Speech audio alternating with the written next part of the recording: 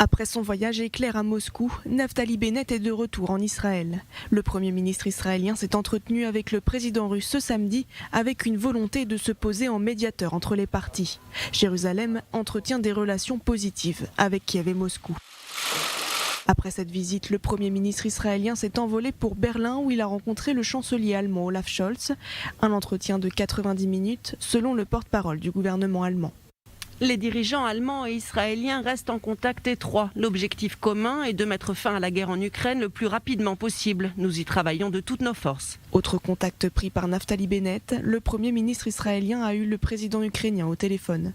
Volodymyr Zelensky a reçu un autre appel, celui de Joe Biden. Dans le cadre d'un dialogue permanent, j'ai eu une nouvelle conversation avec le président des États-Unis.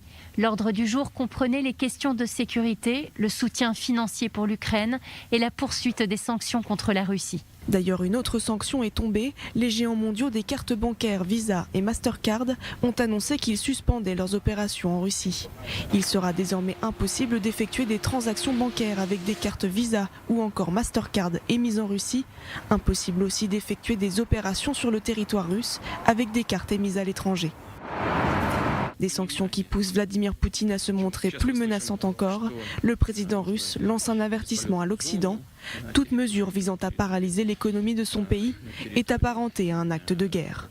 Le président russe a également déclaré aux dirigeants ukrainiens que leur nation risquait d'être démantelée en tant qu'État souverain indépendant s'ils continuaient à résister à l'invasion russe.